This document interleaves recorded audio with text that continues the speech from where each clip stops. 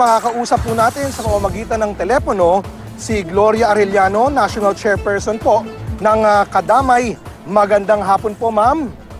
Magandang hapon po, sir. Ma'am, ito pong pag-okupan nyo sa mga pabahay ng gobyerno, hanggang kailan nyo po ito gagawin?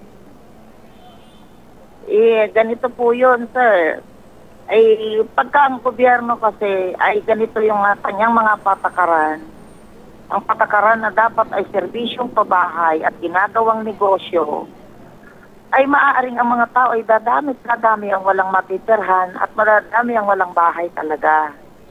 At hindi natin masasabi ang panahon at dadating talaga yan na ang daming nakikitang nakatiwangwang na bahay ay ba't hindi ho matirhan? Yun ang kailangan ho kasing pag-aralan ng ating gobyerno. Kaya tinututulan ho namin dahil alam ho namin talaga na may karapatan naman kami bilang isang mamamayang Pilipino. Ayun po. Okay, ma'am, nakausap nyo na po ba yung mga opisyal o ahensya ng gobyerno na may kaugnayan nga dito, no? Ano po ba ang pinakahuling na pag-usapan nyo? Yun nga po, hindi nga po nila, una po, ang daming proseso po namin ginawa.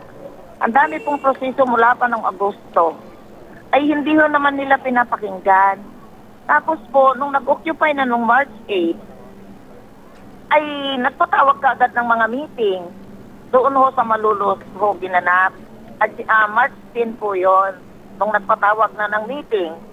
At hindi totoo yung sinasabi nilang marami ng pakikipag-usap sa amin para ayusin yung problemang yan. Hindi po totoo yun. Ang pakikipag-usap na nila sa amin nung kami ay nag-occupy na. March 8 ang occupation, March 10 sila nagpatawag ng meeting at inupuan na ho namin yon. At yung pag-upo namin ito, ay pinapaliwanag nila na kami kailangan sumunod sa batas. Yan po yung kanilang yung paninindigan nila kadad na sumunod kayo sa batas, mali yung ginawa nyo, para kayo nagnakaw. Hindi ganun po yon. Ganun kaagad ang hindi yung usapang pag-usap para yung dapat gawin. Hindi yun ang pagbubukas nila. Kailangan dumaan kayo sa proseso, sundin ang batas. Ang gagawin ninyo, lumabas kayo lahat dyan, at magagawa tayo ng proseso. Yun ang sinasabi ho nila. Pero karamihan ho sa aming mga miyembro, nakapag-apply na din po yan sa NHA. 2 taon na silang nakapag-apply, 3 taon na po, hindi naman po nabibigyan. Ano pa yung gawin? Nakikita po mismo ng aming mga miyembro, mismo mga nangungupahan sa loob ng relokasyon, nakikita nila ng daming tiwangwang na bahay. Sinasabi lang ho nila na meron na pong mga may-ari niyan, wala pa pong may-ari at i-demolish pa lang yung mga may-aring sinasabi nila, yung mga nasa waterways na yan. Mga nasa waterways na yan, panahon pa ng 2011 pa yan. Bakit ayaw magpa-demolish yung mga tao? Dahil po, yun nga ho, hindi ho maganda ang mga ginawa nilang relocation.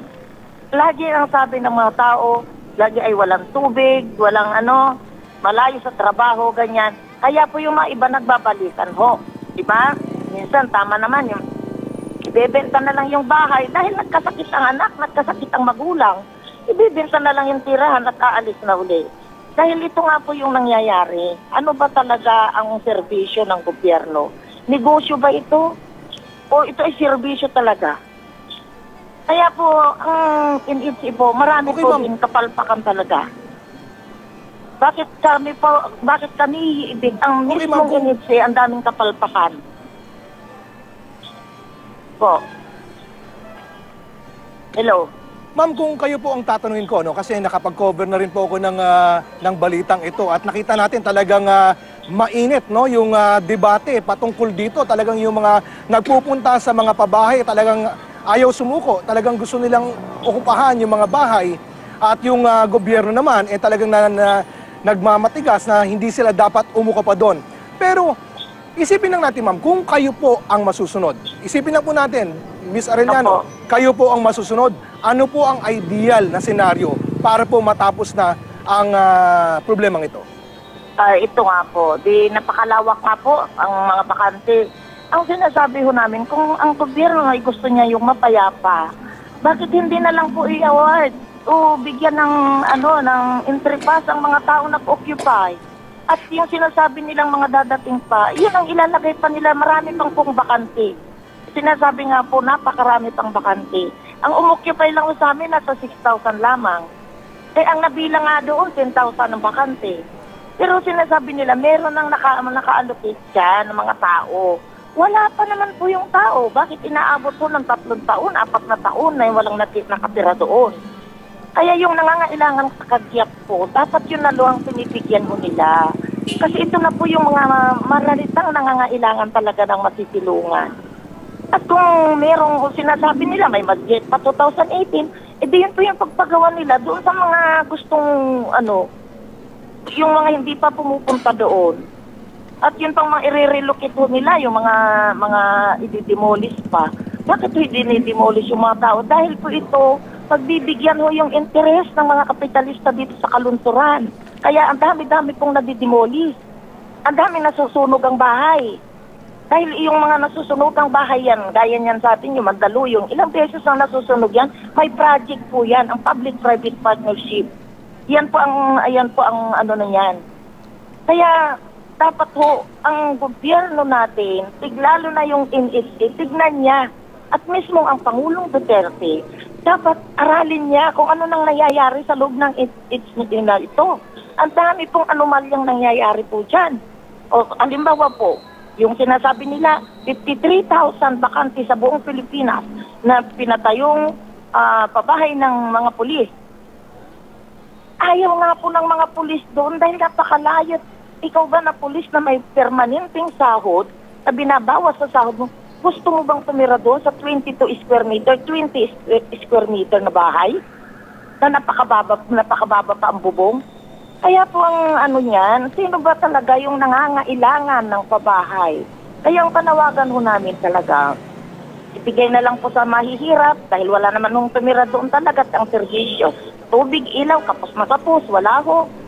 Ibigay na lang po doon sa mga mahihirap na gustong tumira sa ganong klaseng tirahan. At yung mga umaayaw, ipagpatayo na po ng mas malaki-laki naman, makataong bahay naman. Nakapareho ng mga sundalo at pulis na sinasabi nila na napakaliit. Paano mo naman ikukulong mo doon yung mga pamilya ng pulis ng layo-layo? Na ito po yung mga parang tira-tira na nga lang ng inayawan na ng mga tao dahil sa kawalan ng bahay, yung mga tao pinagtitiisan na ho yun kaysa walang masisilungan. Kaysa sila ay magkukubol-kubol sa tabi ng daan. Yan lang po ang talagang kailangang gawin. Okay. Yes, ma'am. Maraming salamat po, Miss Gloria Arellano, National Spokesperson po ng Kadamay.